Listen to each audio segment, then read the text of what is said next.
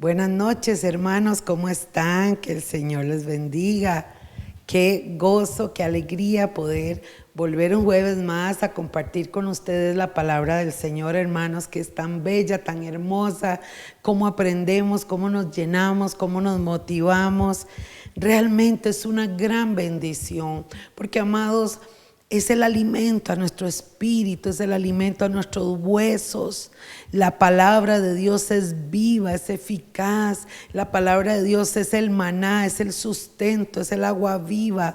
Ay, hermanos, es maravilloso realmente. Y bueno, mis amaditos, qué bello poder sentir que ustedes están ahí, saber que ustedes están ahí, todos los que se están conectando, todos los que están ahí poniendo su hola, ¿cómo están? Dios les bendiga, hermanos, gracias, qué lindo. Y quiero agradecerles también de todo corazón a todo MMR, hermanos, que han estado ahí anuentes, ofrendando a la mesa del amor, ofrendando a la obra misionera. Gracias, hermanos, gracias. Si hay algo que realmente, hermanos, complace a Dios, es eso. Es que realmente el evangelio siga, que el evangelio, hermanos, no es por obras para que nadie se gloríe, pero tampoco podemos decirle al que necesita, vamos a orar por usted y que Dios lo acompañe. No, hermanos. Y en este tiempo difíciles, aún estando todos un poco apretados, qué lindo es dar, qué lindo es sembrar, qué lindo es ayudar. Gracias, hermanos, gracias de verdad. Y gracias a ustedes también que están ahí preocupados por sus pastores, hermanos. Gracias, gracias por cada granito, por cada ofrendita, hermano. Hay una hermana que siempre me manda chayotitos. Ay, hermanos, qué rico. Que Dios la bendiga siempre, porque ella dice, pastora, yo no tengo dinero. No, hermanos, eso es oro, eso es oro. Esa ofrendita tan bella, gracias, hermanos, de verdad, con todo el corazón les agradecemos, porque ustedes saben que nosotros aquí solamente queremos hacer la obra de Dios y realmente con su aporte, hermanos, lo logramos. Gracias de verdad, porque esperamos en este diciembre poder ayudar a tantos niños, poderles llevar a estas familias un granito, hermanos, de arena, como decimos, un aporte, y poder ayudarles realmente. Hermanos, la situación no es fácil, pero qué hermoso cuando aprendemos a dar sin esperar nada, dar con gratitud, porque sabemos que esto nos manda el Señor, y esa es la obra de Dios también, ¿verdad? De poder darle al necesitado. Entonces, hermanos, gracias por todos sus aportes y por todo lo que están, también, bueno, los que quedaron en venir esta semana a dejar aquí su granito. Y por otro lado, hermanos, gracias por estar orando por nuestro viaje. Eso es otro regalo de Dios, porque, hermanos, solo Dios, ¿verdad? Solo Dios hace esas cosas. Bueno, pero por ahí les vamos a mandar fotitos para que vean cómo estamos, hermanos. Muchas gracias por sus buenos deseos. De igual manera, nosotros oramos por ustedes, les amamos y pedimos al Señor, hermanos, que ustedes estén bien y que Dios los bendiga, los fortalezca en todas las cosas, y que pasen este fin de año, hermanos, bajo la bendición del Señor, siempre caminando tomados de su mano y tomando esas promesas que son nuestras. Amén. Bueno, gloria a Dios. Hermanos, vamos a orar esta noche, vamos a entrar ya de lleno al estudio para que usted se prepare y doble su corazón delante del Rey. Padre, en el nombre de Jesús te damos gracias esta noche por la bendición que nos das de poder compartir nuevamente tu palabra. Te pido que bendigas a todos mis hermanitos que están ahí conectados, todos los que están viendo este video. Padre, que tu palabra se pueda hacer rema en nuestro corazón, que tu palabra quede grabada en nuestro corazón y que podamos ser hacedores de ella. Padre, gracias por enseñarnos, por hablarnos, por mostrarnos las cosas que han de venir, porque lo que más nos motiva, Señor, es saber que tú vienes pronto, que vienes a recoger a tu pueblo, y que nosotros, mi Dios, seremos guardados del día de la ira, del día del enojo, Señor, porque sabemos que tu indignación es grande contra el pecado y contra el mundo que ha rechazado tu palabra.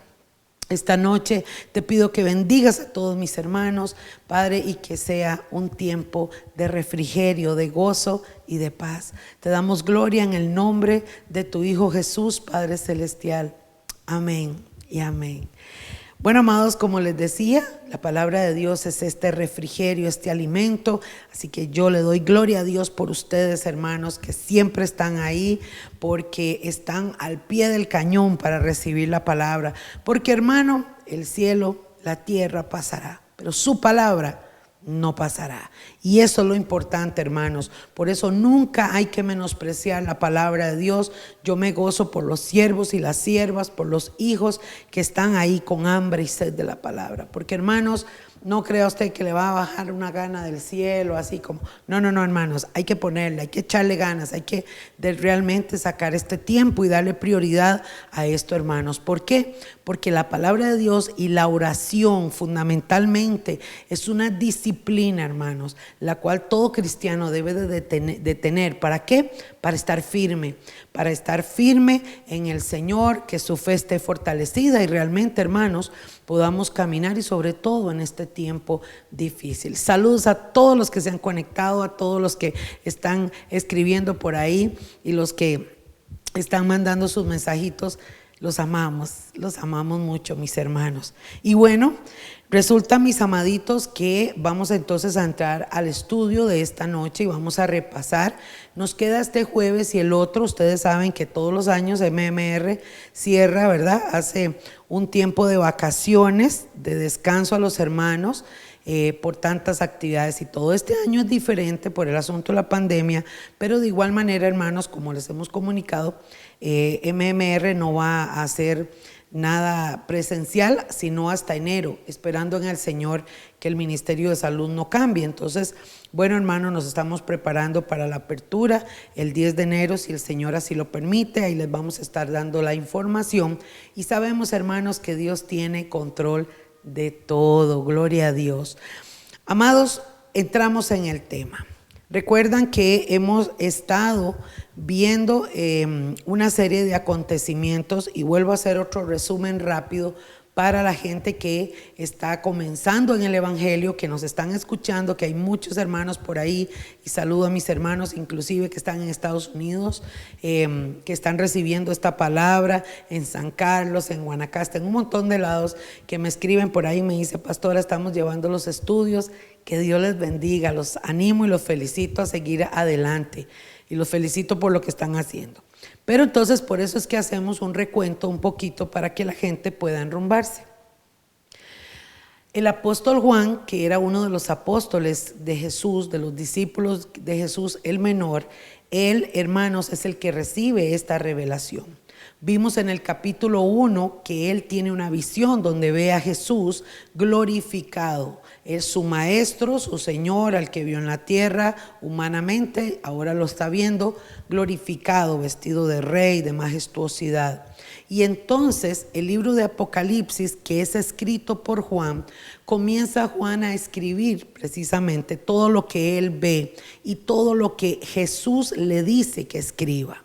Entonces, amados, comenzamos a entender que él mira en el capítulo 1 a un Jesús que le habla y que le dice: soy yo soy esta persona, y comienza Jesús a describirse.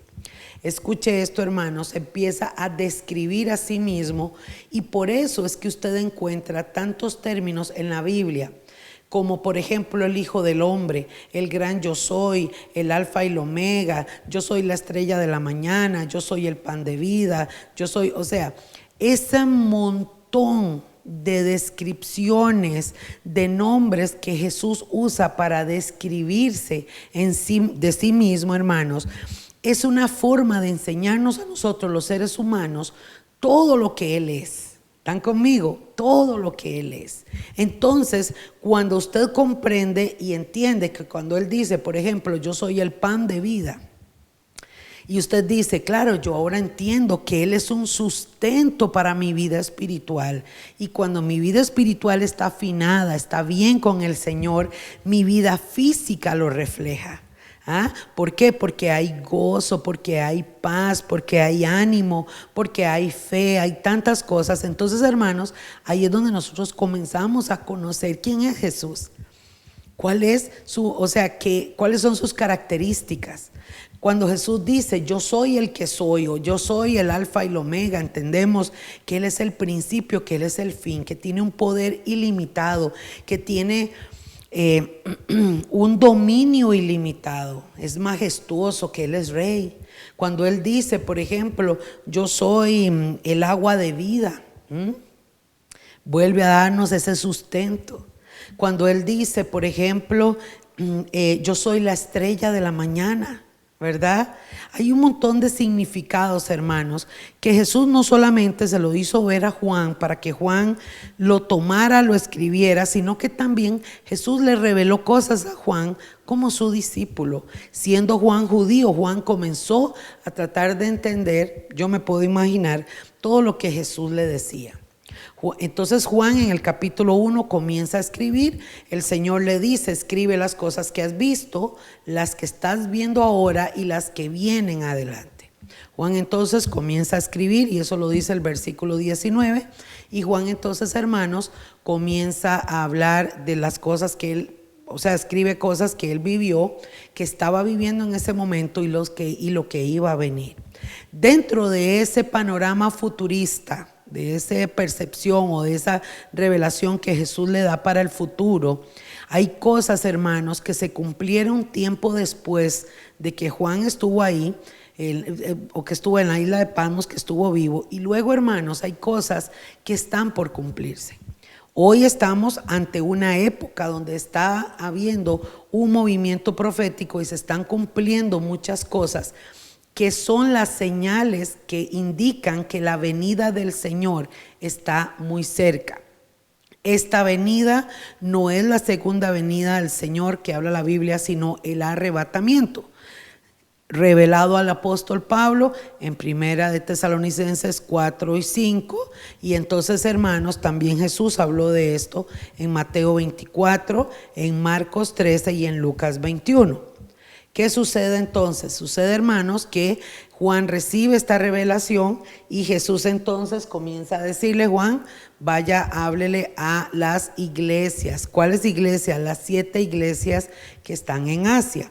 Vimos en el capítulo 2 y versículo 3 todo este acontecimiento, que en ese momento Juan escribió a las iglesias, donde Jesús le daba una advertencia a las iglesias en las cosas que estaban cayendo, que a él no le gustaban, en las cosas que a él estaba indignado, pero también como su pueblo, el Señor se toma ese atributo como Señor, como Rey, como el dueño de la iglesia, y le dice esto y esto y esto, dile a la iglesia de la Odisea, esto y esto a la iglesia de Sardis, y así consecutivamente, como lo vimos en los otros estudios, que usted puede ahí, hermanos, aquí en el canal de YouTube, usted puede perfectamente meterse donde está toda la lista de los estudios de los jueves, y van ahí en orden para que usted pueda llevar la secuencia también en su casa.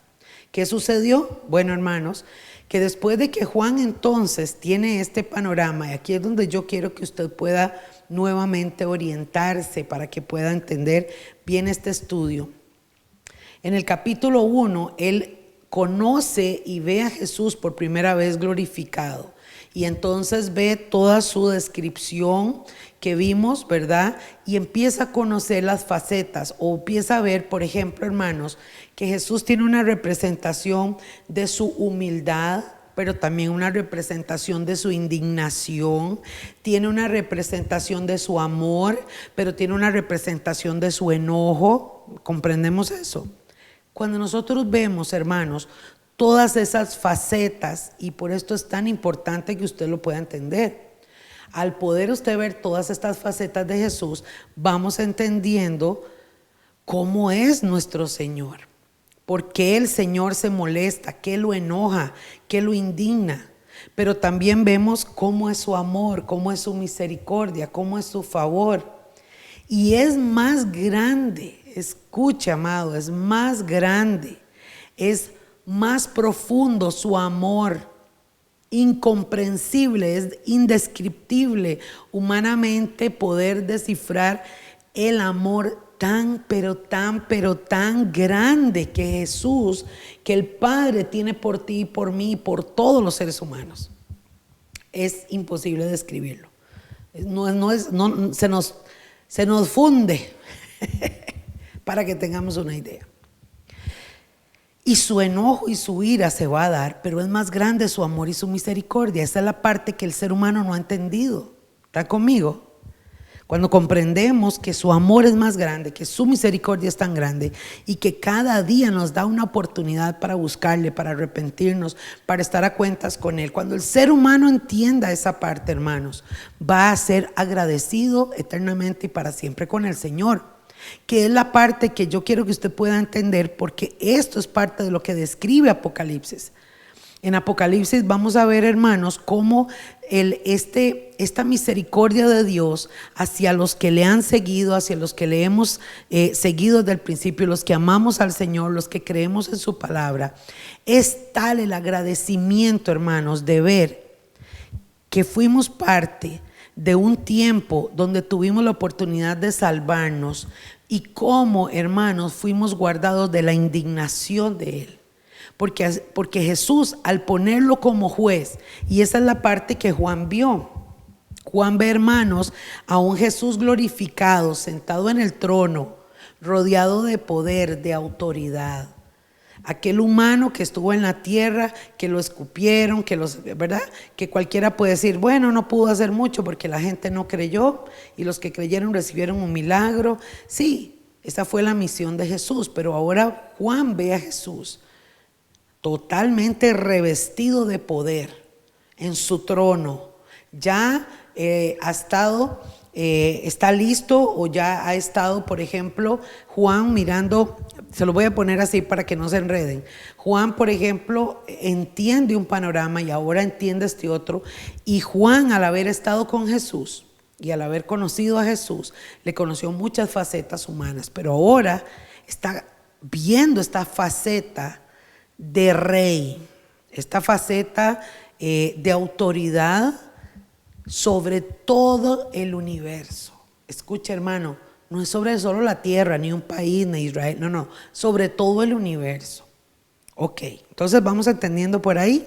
Bueno, entonces resulta, mis hermanos, que Juan en el capítulo 2 y 3, ahí entonces recibe las palabras que Jesús le da para que le hable a estas iglesias. Estas iglesias tienen una representación de nosotros, de la iglesia gentil o de la iglesia que no es judía literalmente, que no somos directamente judíos, pero somos los gentiles que creímos en Jesús y que Jesús entonces nos da el derecho de ser hijos de Dios.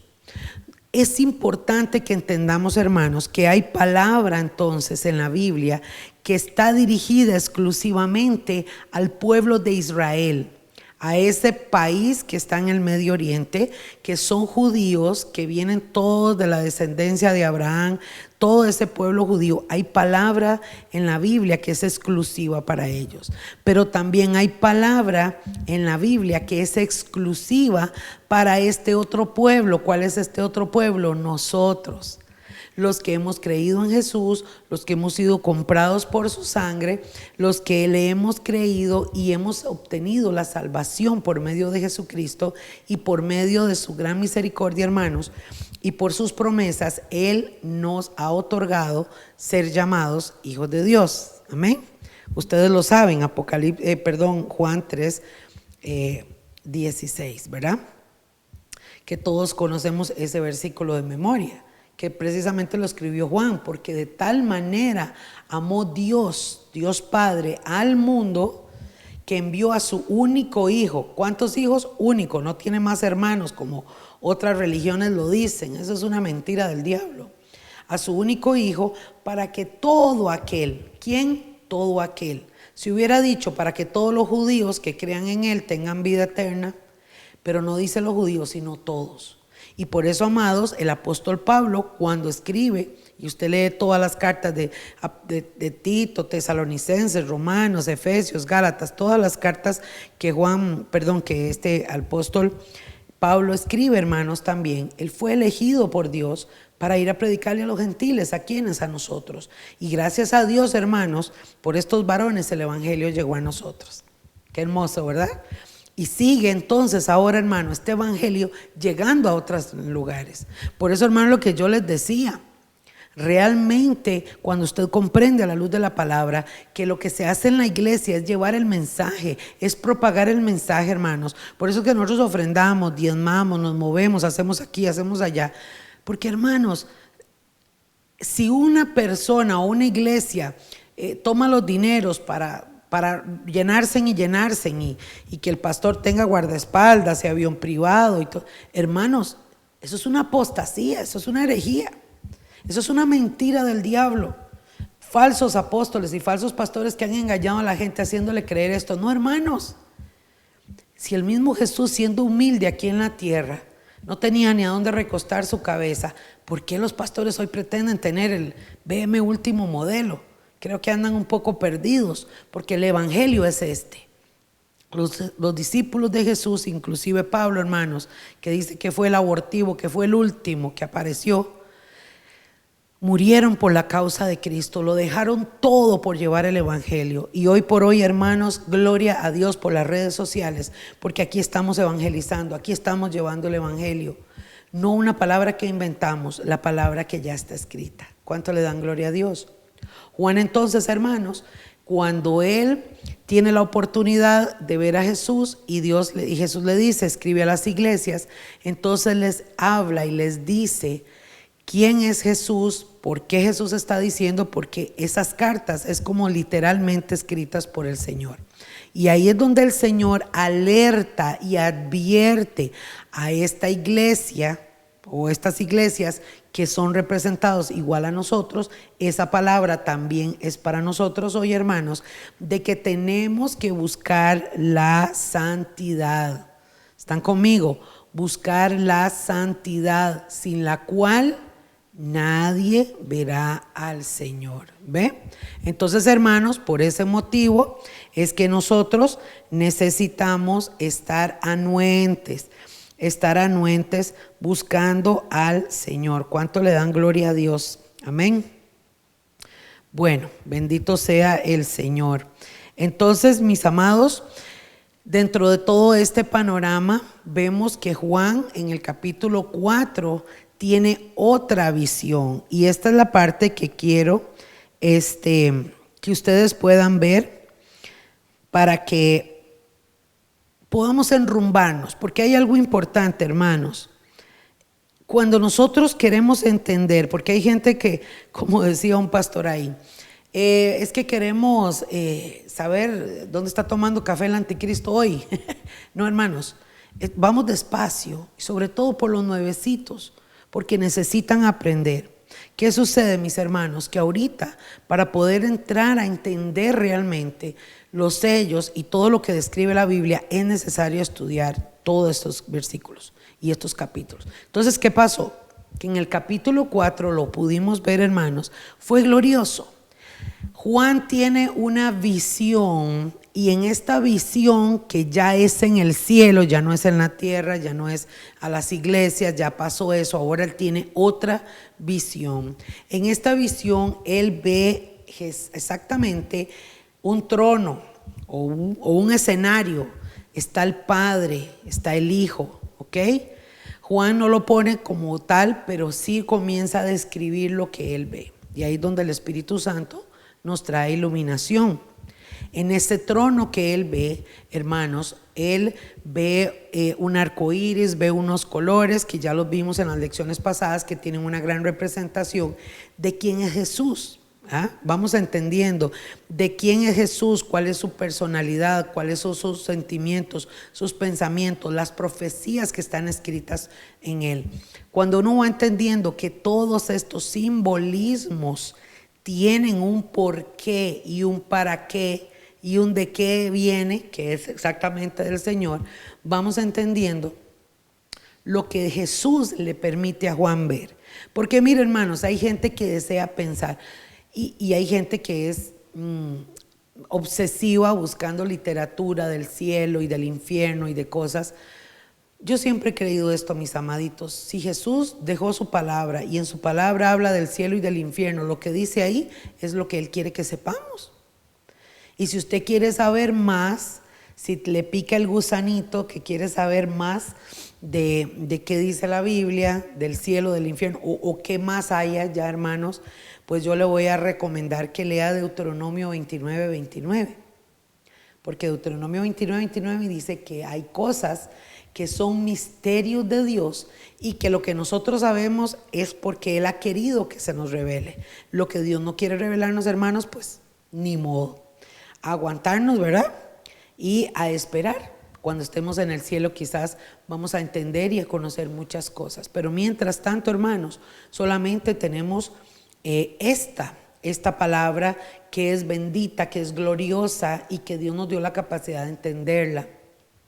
Juan entonces, hermanos, tiene en el capítulo 4 una revelación y ahí podemos ver qué hay en el cielo, ¿verdad?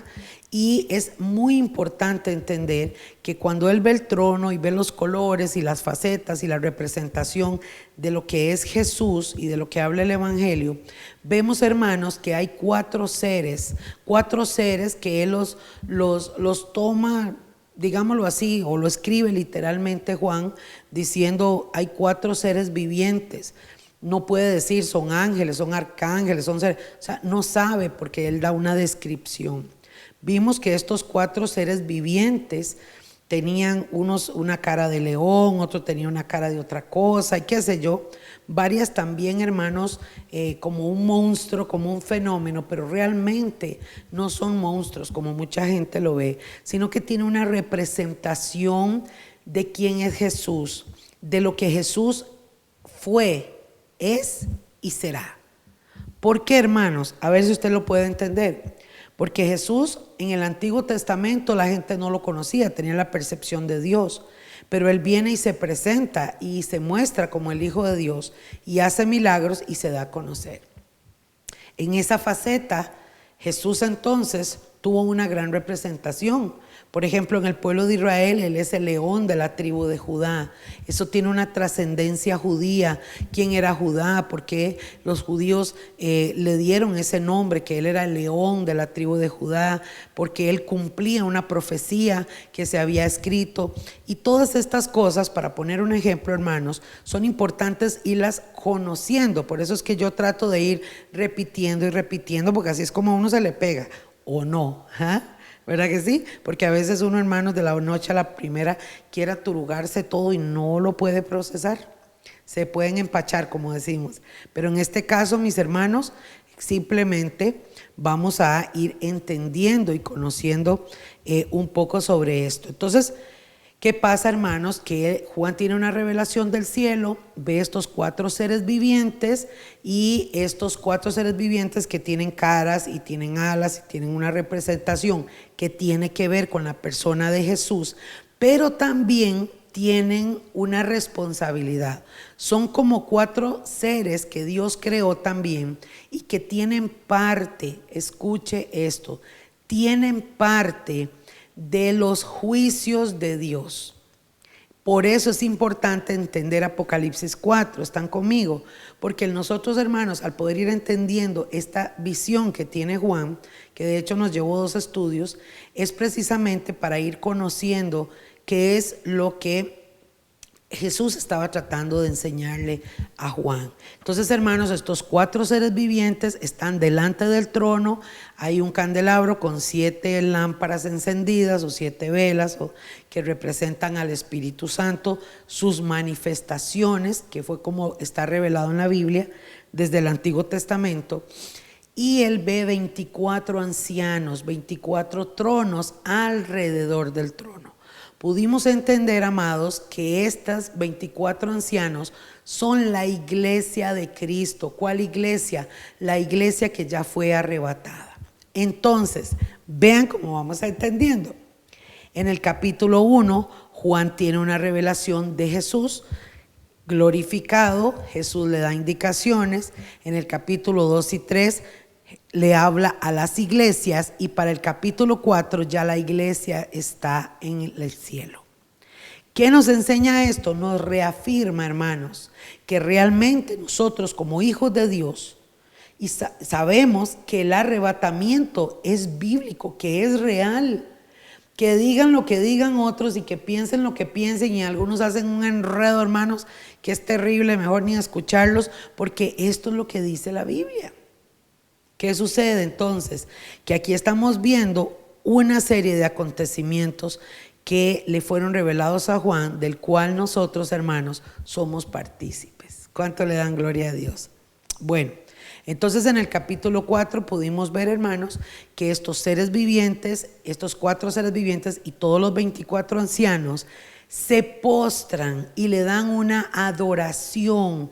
Los ancianos, que es la iglesia, se quita la corona, se postran y tiran las coronas a los pies de Jesús, porque realmente, hermano, oiga esto que le voy a decir. Un cristiano de verdad, un cristiano que ama a Dios, no el de paquetillo, no el que se dice, no el que va a la iglesia solamente, no, el de verdad, el cristiano que ama a Dios, hermanos, reconoce a Jesús como su Señor y doblega su yo, doblega cada vez que se acerca a su presencia, hermano. Venimos y nos postramos y rendimos todo y reconocemos que Él es el Rey, que Él es el Señor, que Él es digno de recibir la gloria, que Él es digno de recibir la honra, que Él es el Rey de todos los reyes, que Él es el Señor de los señores, que aunque no lo veamos, Él existe, Él está vivo, Él es real y está con nosotros, que su presencia está con nosotros. Y esa actitud, escucha, hermano, esa actitud de adoración, esa actitud de exaltación. Por eso, como les he dicho siempre, mis amaditos, se los digo en el amor del Señor, si usted ama a Dios, usted no puede cantar con los brazos cruzados, usted no puede cantar pensando en la comida, en los problemas, no, hermano. Cuando usted ama a Dios, usted aprende a alabarlo, a exaltarlo, a reconocerlo. ¿Están conmigo? Pero ¿por qué la iglesia hace eso? Ahora, hermanos, hay gente que se desarma cantando y brincando, pero a Dios eso no lo mueve. A Dios le mueve la actitud del corazón. Hello, ¿están conmigo? La actitud del corazón, ese reconocimiento delante de su presencia. Por eso, mis amados, el ser humano, aunque esté en sus cosas, en sus problemas, cada vez que nosotros, los hijos de Dios, venimos ante Él, Él nos oye, Él nos abraza, Él nos toma, Él nos escucha, Él está ahí para bendecirnos. Si lo hace con aquellos hermanos que todavía no conocen a Jesús, pero quieren venir, hay gente que ora, hay gente que está buscando, Dios los ama. Dios ama al pecador, no ama al pecado, pero ama al pecador. Y su voluntad es que Él se pase, que esta persona se pase para este lado. ¿Cuál es este lado? Este lado de los hijos de Dios. ¿Se da cuenta? Qué hermoso, hermanos. Esta representación que ve Juan en el capítulo 4 es glorioso, hermanos. ¿Por qué? Porque precisamente estamos viendo a la iglesia tirando su corona, tirando todo, desbordando todo delante del Señor. Y ahora, hermanos, estuvimos entonces viendo, y aquí es donde vamos a entrar ya de nuevo al capítulo 5. En este, hermanos, capítulo 5 estuvimos viendo entonces que estos 4 seres vivientes, hermanos, que están ahí en el trono, y los 24 ancianos, recuerdan, hermanos, que había un rollo, digámoslo así, es un rollo, y ahora lo vamos a ver un poquito más, pero vamos a ponerlo así para que usted lo pueda entender, mis hermanos. El Padre está sentado en el trono, ahí hay alguien sentado en ese trono que sabemos que solo es el Padre y el Hijo. La Biblia habla que el Hijo está sentado a la diestra del Padre, o sea, está a la derecha del Padre. El Padre tiene un rollo, un pergamino, aquí se lo voy a poner. Vamos a ver, voy a ponerlo ahí para que lo vean. Esto, hermanos, que ustedes ven aquí es algo, me lo encontré por ahí, esta postalita, para que ustedes puedan verlo, más o menos. Así era como los judíos hacían los escritos, era como un pergamino, como un papiro. Y entonces Juan, hermanos, lo que está viendo es un papiro o un pergamino, pero tiene particularmente 7 sellos. Cada vez que existía uno de estos o que se daba un escrito, se le ponía un sello real. Nadie podía abrirlo, solo la persona encargada o la persona que podía hacer ese trabajo era una persona exclusiva, porque era un sello real o era un sello gubernamental. ¿Están conmigo? Entonces, hermanos, aquí en esta postalita veo, por ejemplo, cuando Jesús estaba enseñando en el templo, ¿lo ve? Cuando abrían los libros, le llamaban libros, era esta forma, no era la impresión que tenemos ahora. Pero ¿qué sucede, hermanos? Bueno, sucede que, vamos a volvernos por aquí. Sucede que, mis hermanos, entonces, en el capítulo 4 estuvimos viendo que en medio de la adoración había un rollo o un pergamino que tenía 7 sellos. Pero vamos a ver hoy en el capítulo 5, versículo 1, para seguir este estudio, hermanos, y dice aquí: y vi en la mano derecha del que estaba sentado en el trono, ¿quién es ese? El Padre, un libro escrito por dentro y por fuera. Está hablando de un pergamino que estaba escrito por fuera y estaba escrito por dentro. Dice: sellado con 7 sellos. ¿Ve? Y por eso les puse este otro. Juan lo que está mirando es un libro o un rollo, dice, que está escrito, tiene muchas cosas escritas, pero está sellado.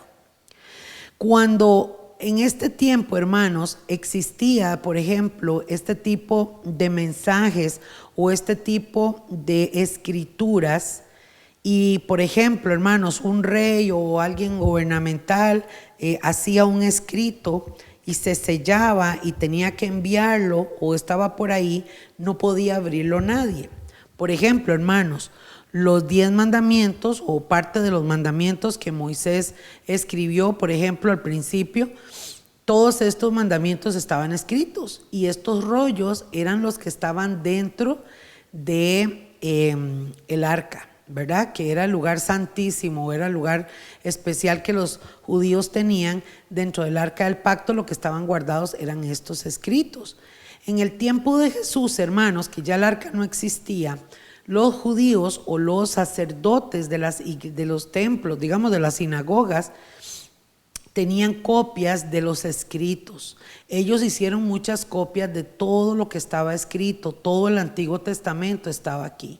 De hecho, los evangelios muestran que Jesús en uno de los momentos estuvo en la sinagoga y Jesús abrió uno de los libros o de los rollos y salió el profeta Isaías y él comienza a hablar de sí mismo, ¿verdad? Como habla, me parece que Mateo 4 lo habla, y entonces él comienza a hablar de sí mismo. Y ahí precisamente en ese libro de Isaías es donde habla en el capítulo 11 de esas 7 manifestaciones del Espíritu Santo, ¿verdad? Que el espíritu de sabiduría, el espíritu tal, es una representación de todo lo que hay en una misma persona.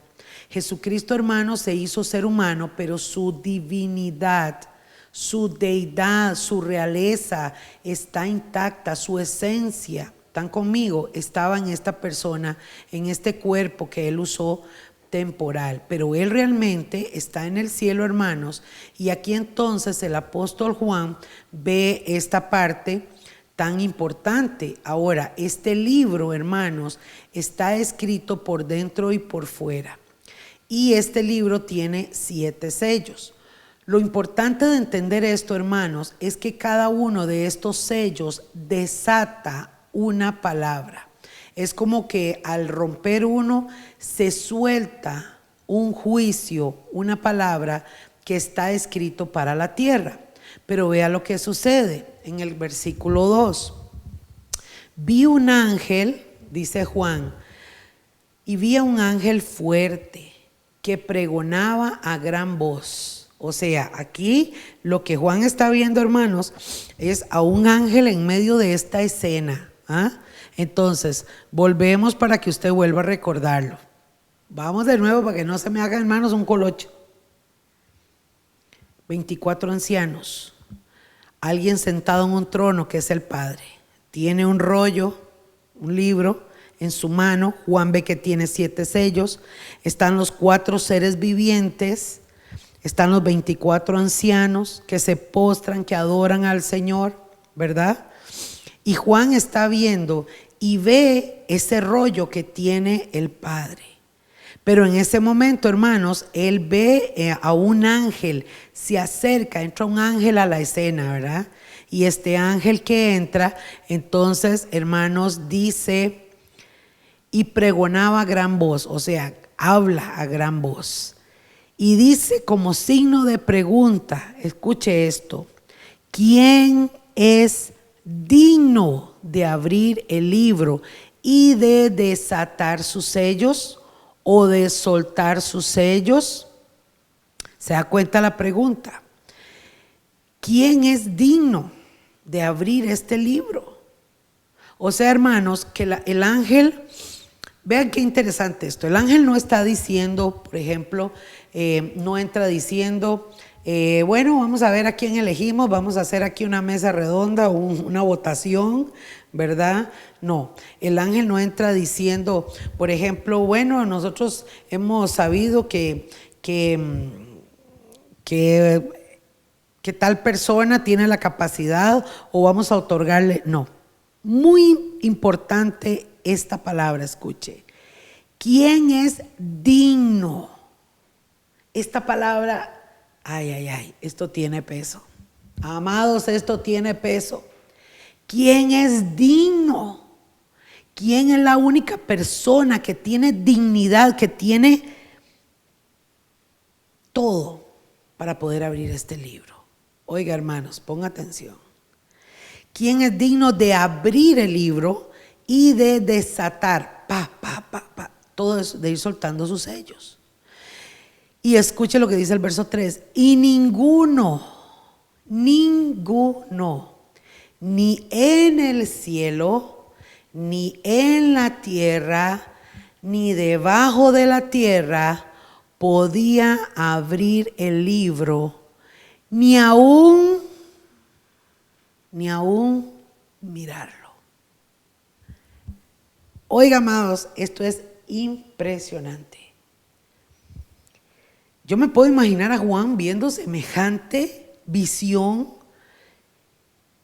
y viendo a los 24 ancianos postrados, a los 4 seres postrados, todos ahí delante de Jesús, del trono del Padre, todos rindiendo, dándole la gloria al Señor y todo. Y de pronto el Padre tiene estos rollos, este rollo en su mano, y ve un ángel que entra y el ángel comienza a gritar, ¿quién es digno? ¿Quién es digno de abrir el libro y desatar los sellos? O desatar los sellos y abrir el libro, es igual. Y hermano, escuche lo que se dice, ninguno, ni en el cielo, ni en la tierra, ni debajo de la tierra, ni en ningún lado, nadie es digno. Y me encontré esta figurita, vea qué linda, verso 4. Y yo lloraba mucho. ¿Quién está diciendo esto? Juan. Y yo lloraba mucho porque ninguno fue hallado digno de abrir el libro, ni siquiera de mirarlo. ¿Se da cuenta, hermano? Ni siquiera lo podían mirar. ¿Qué hay en ese libro? ¿Qué fluía en ese libro que tiene el Padre de forma de que nadie podía ni siquiera mirarlo? O sea, todo el mundo estaba postrado, los 24 ancianos, los 4 seres, los ángeles, todo el mundo. El ángel solamente comienza a pregonar, ¿quién es digno? ¿Quién es digno? No hay nadie, no hay ninguno. Y el Padre era como un momento de suspenso, todo el mundo probablemente en silencio. El Padre tiene ahí su rollo, todo el mundo en el cielo. ¿Quién es digno? Y se resalta la voz, Nadie es digno. No hay uno solo, ni en el cielo, o sea, entre todo lo que hay arriba en el cielo, menos en la tierra ni debajo de la tierra, en ningún lado, no hay nadie digno. Pero escuche, hermano, ¿quién es digno de desatar el libro? de abrir el libro y de desatar sus sellos. Quiero que vaya conmigo al Salmo 145:3. Oiga, hermanos, qué palabra más gloriosa. Oiga, qué palabra más gloriosa. Solo hay uno que es digno. Y hermano, usted que está ahí, levante las manos. Solo hay uno que es digno. Y si el cielo, si el Padre llama a uno digno, solo uno, ¿quiénes somos nosotros para no exaltarlo y para no alabarlo si Él es digno? Él es el único, hermano. Mire qué clase de exaltación ha hecho el Padre por Jesús. Escuche, el Salmo 145:3 dice: grande es Jehová y digno de suprema alabanza, y su grandeza es inescrutable. ¿No le parece hermoso, hermanos? Esto es glorioso. ¿Quién es digno? ¿Quién es digno, hermanos? Y esta clase de hoy, este estudio de hoy, hermanos, por eso lo he enfatizado en esto. ¿Quién es digno? Porque este acontecimiento que Juan está viendo en el cielo, hermanos, es maravilloso. ¿Cómo nos enseña, hermanos, realmente quién es nuestro Señor? Y esto es para que tú y yo, hermanos, le conozcamos y vengamos ante su presencia con más reverencia, con más gratitud, con más humildad, con más deseo de amarlo, de servirle, de exaltarle. Ay, ay, ay, hermano, es que esto es hermoso. Es que nada se compara en este mundo para poder estar ante su presencia. Y entre más usted conozca al Señor, entre más usted sepa quién es el Señor, más lo vas a amar, hermano, más vas a crecer. Y por eso es que, como decía Pablo, todo lo tengo en la tierra por estiércol. Para mí todo esto es basura. Para mí el vivir es Cristo y el morir es ganancia. Aleluya. Ay, santo es el Señor. Esto es precioso, hermanos. Esto es glorioso. ¿Quién es digno? Grande es Jehová. Y digno de suprema alabanza. Por eso, hermanos, la alabanza no es la música solamente. La alabanza es nuestra acción, nuestra actitud de gratitud, nuestra acción de gracias, nuestra reverencia delante de Él. Ay, hermanos, ¿no le das tan gloria a Dios? Aleluya, esto es precioso. Ahora quiero que vaya conmigo, hermanos, a este otro versículo que es Daniel capítulo 9 versículo 4. Daniel, hermanos, también, que es un profeta que ustedes saben que escribió muchas de las profecías que también tienen que ver con son paralelas al Apocalipsis también. Este profeta de Dios que escribió cientos de años, que recibió estas revelaciones, hermanos. También en el capítulo 9, él, en un tiempo de oración y revisando otros libros, porque los judíos siempre copiaron todos los escritos, ¿verdad? Hermanos, gloria a Dios por eso. Vea lo que dice también Daniel: y oré a Jehová mi Dios e hice confesión diciendo: ahora, Señor, Dios grande, digno de ser temido, que guardas el pacto y la misericordia con los que te aman y guardan tus mandamientos. ¿No le da usted un gloria a Dios? Oiga, hermanos, Daniel oró al Señor e hizo la confesión y comenzó diciéndole: Señor Dios grande, tú eres digno de ser temido. Ojo, acabamos de leer un versículo donde dice: Él es digno de recibir suprema alabanza. Mire cómo la Biblia nos va describiendo quién es nuestro Dios. Ay, esto es precioso, hermanos. Yo me emociono, ustedes saben, hermanos. Ahí igual yo siempre le digo a Delmita, porque Delmita se emociona conmigo. Y Marita también. Hermanos, oiga, Él es digno de recibir suprema alabanza. Pero ahora vemos otro versículo que Él es digno de ser temido. ¡Wow! ¿Qué se llama esto? Respeto, reverencia. Por eso, hermanos, cuando la palabra del Señor dice que el principio de la sabiduría es el temor a Jehová, está diciendo, hermano, que una persona sabia es la persona que teme a Dios. no con miedo, no con horror, de que, uy, el Dios, no, no, no, hermanos, sino que tiene ese respeto. ¿Se da cuenta? Ese respeto. Y vea lo que dice, mis hermanos, ahora también aquí en este otro versículo. Apocalipsis capítulo 4,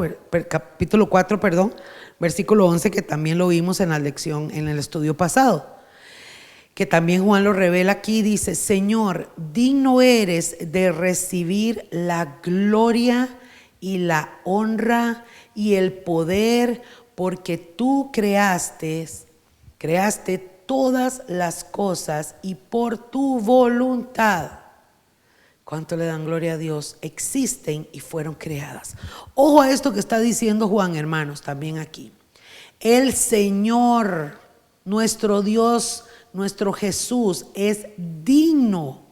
Él es digno de recibir la gloria y la honra. Cuando hablamos de gloria y honra, hermanos, es el más alto, vamos a ponerlo así.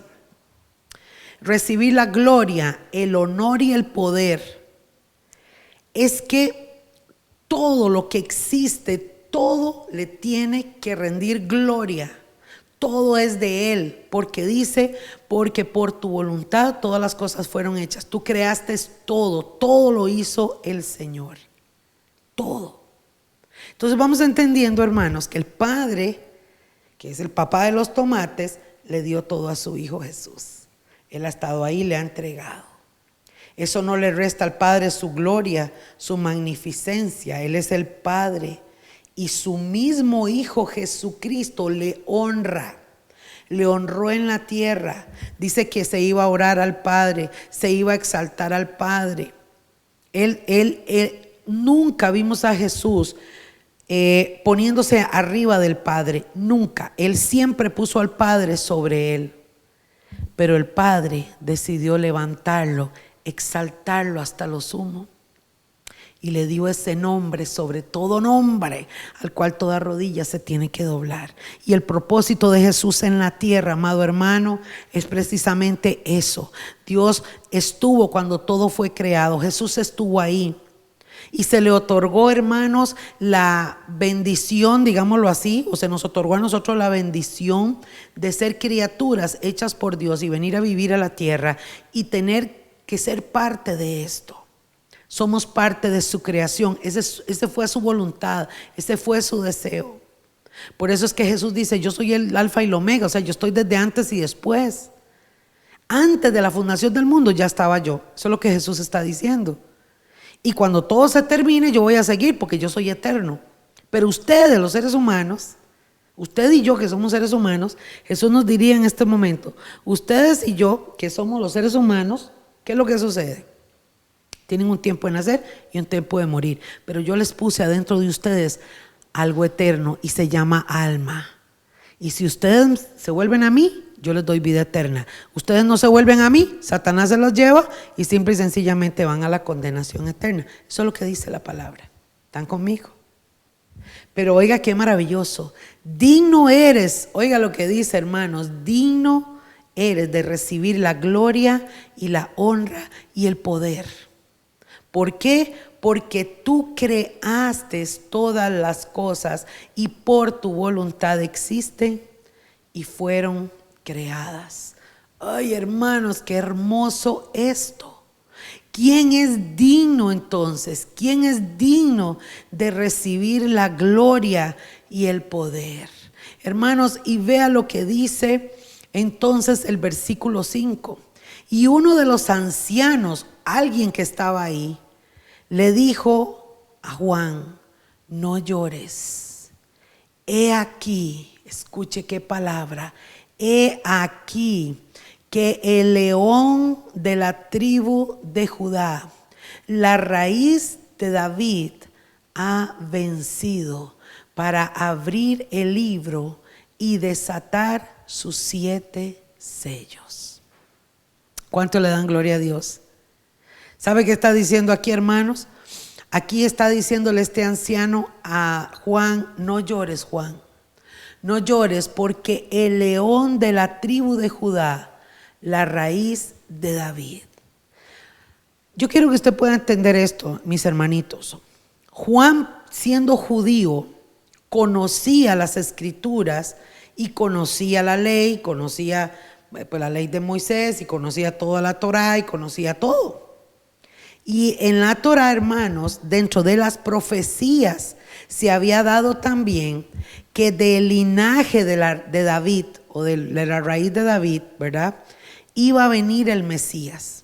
Si usted estudia en el Antiguo Testamento y se da cuenta, hermanos, que, por ejemplo, Isaías, Ezequiel, o sea, todos estos profetas, hermanos, tienen escrituras donde hablan del Mesías. Pero hay una promesa también que Jacob le da a uno de sus hijos llamado Judá.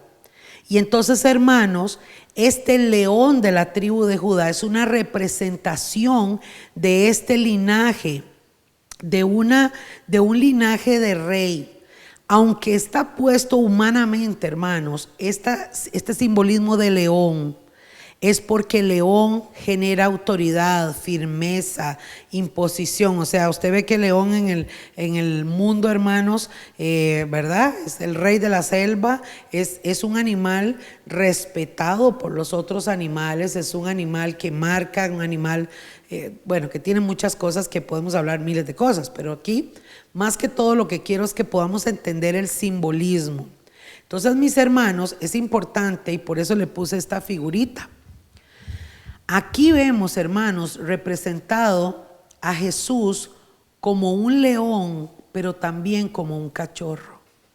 Cuando usted y yo entendemos que el león representa esa firmeza, representa esa autoridad, ¿verdad? Pero vemos aquí a un corderito, hermanos. ¿Qué representa un corderito? Una inocencia, una humildad, una ternura. Me gustó esta foto porque aquí podemos ver, hermanos, muy a nuestra forma de ver las cosas humanamente, ¿verdad? Dos animales totalmente distintos.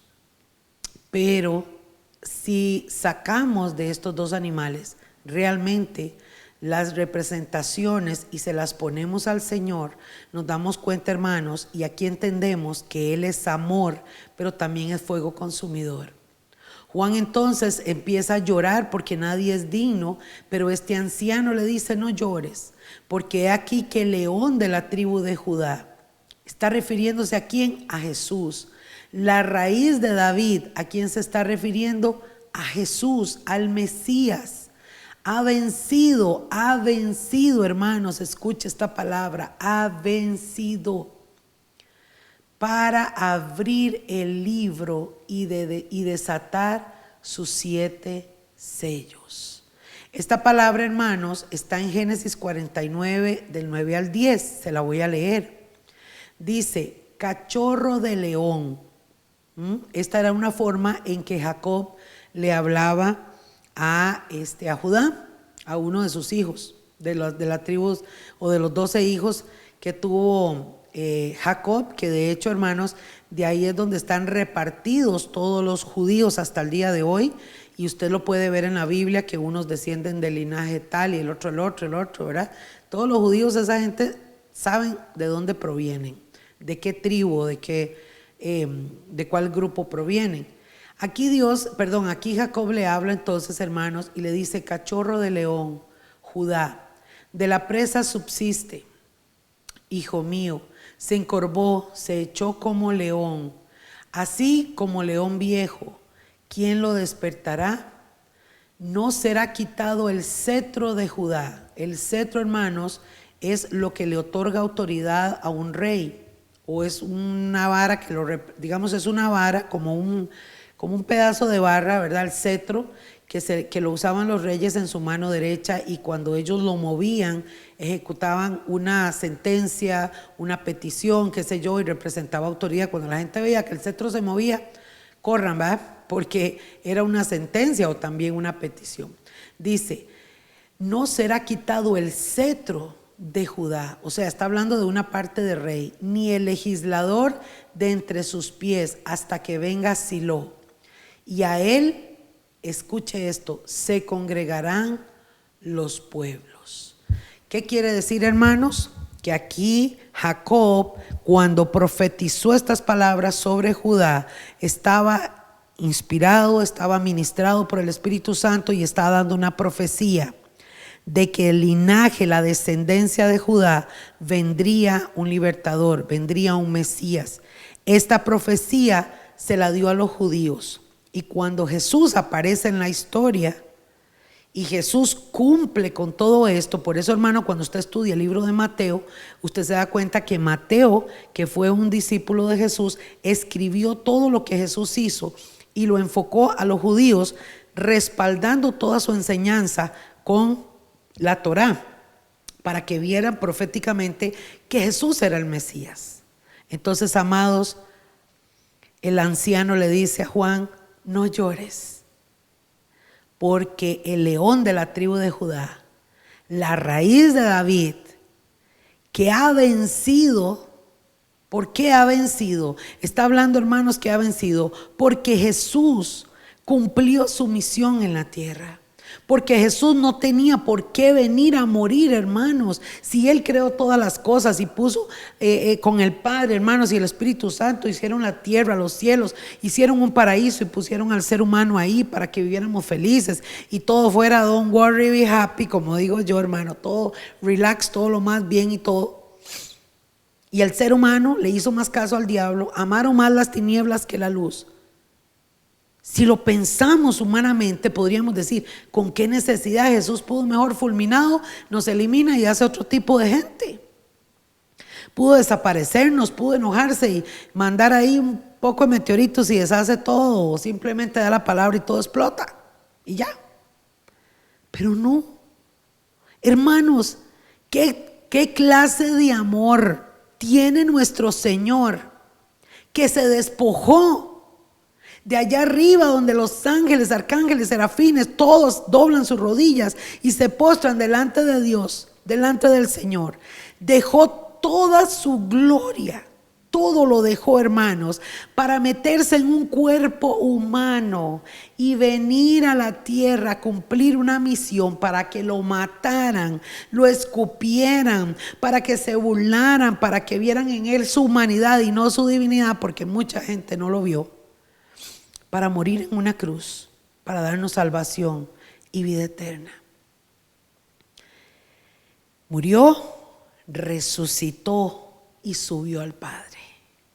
Y cuando Él subió, después de haber hecho lo que hizo, el Padre, ahí es, hermanos, y lo vuelvo a decir porque esto es sabroso, el Padre entonces lo exaltó hasta lo sumo. Usted se puede imaginar, hermano, como que el Padre se levante del trono y haga un silencio en el cielo y diga: ahí viene el que venció, ahí viene el que obedeció, ahí viene el que dejó todo por amor. Porque, hermanos, mire qué clase de amor tiene el Padre, que lo envió también. Él estaba de acuerdo.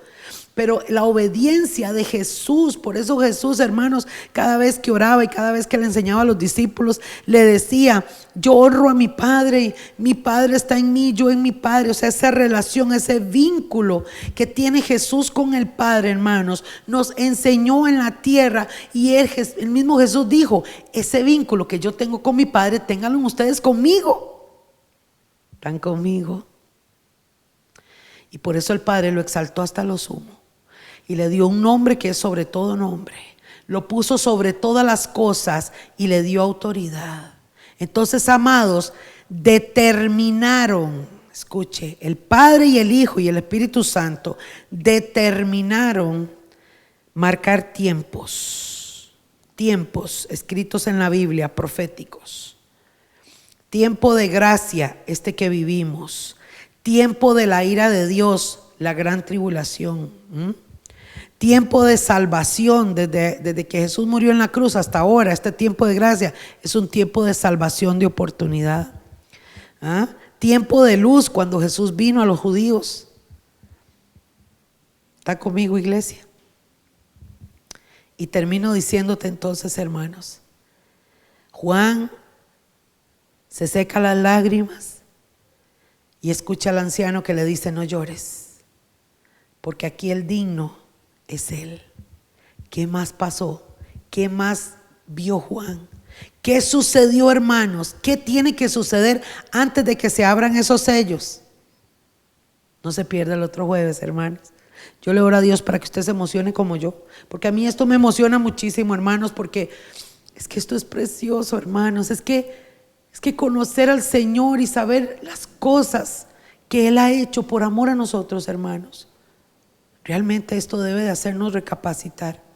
A mí me golpea, hermanos, porque yo no me siento digna, porque yo digo, Señor, me falta tanto, porque a veces, hermanos, se nos pasan los días y deberíamos aprovechar el tiempo y mejores cosas. ¿Están conmigo? Pero cuando yo veo que Él en su misericordia nos hizo parte, que Él en su amor y su misericordia, hermanos, sigue ahí, que su fidelidad y sus promesas están vigentes para ti y para mí, hermanos. Y cuando estamos así, el Señor viene y nos levanta. Erguid vuestra cabeza, porque vuestra redención está cerca.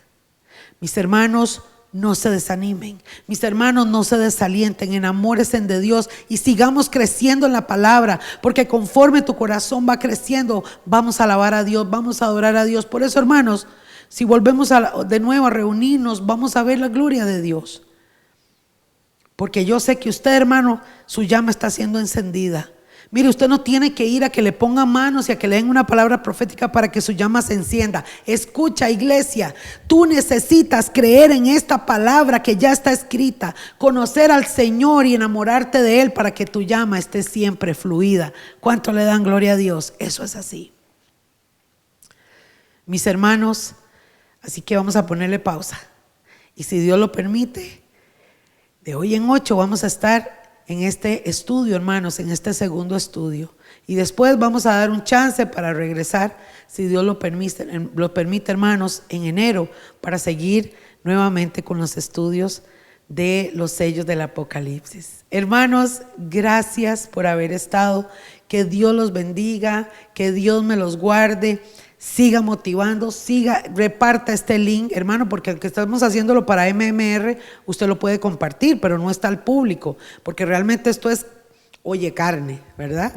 Pero son nuestros estudios de los jueves, pero usted puede compartirlos. He visto ahí 60, 70 visitas, entonces eso me alegra mucho, hermanos, porque veo que hay un buen grupo de personas que están estudiando la palabra, y eso me goza, hermanos, porque hay más de uno que anda más perdido que el chiquito de la Llorona, decía mi abuelita. Y muy lamentable, hermanos, porque en este tiempo estamos viendo quién es cizaña y quién es trigo, porque el trigo va a crecer, la cizaña va a ser quitada, hermanos, porque realmente los hijos de Dios tenemos que resplandecer y enamorarnos de aquel que es digno de recibir toda la gloria, toda la honra, toda la alabanza y de ser temido. ¿Cuánto le dan gloria a Dios? Hermanos, que Dios les bendiga. Muchas gracias por haber estado esta noche conmigo. Les amamos, y a seguir firmes y adelantes en Cristo Jesús, porque Él está pronto a venir a recogernos. Buenas noches.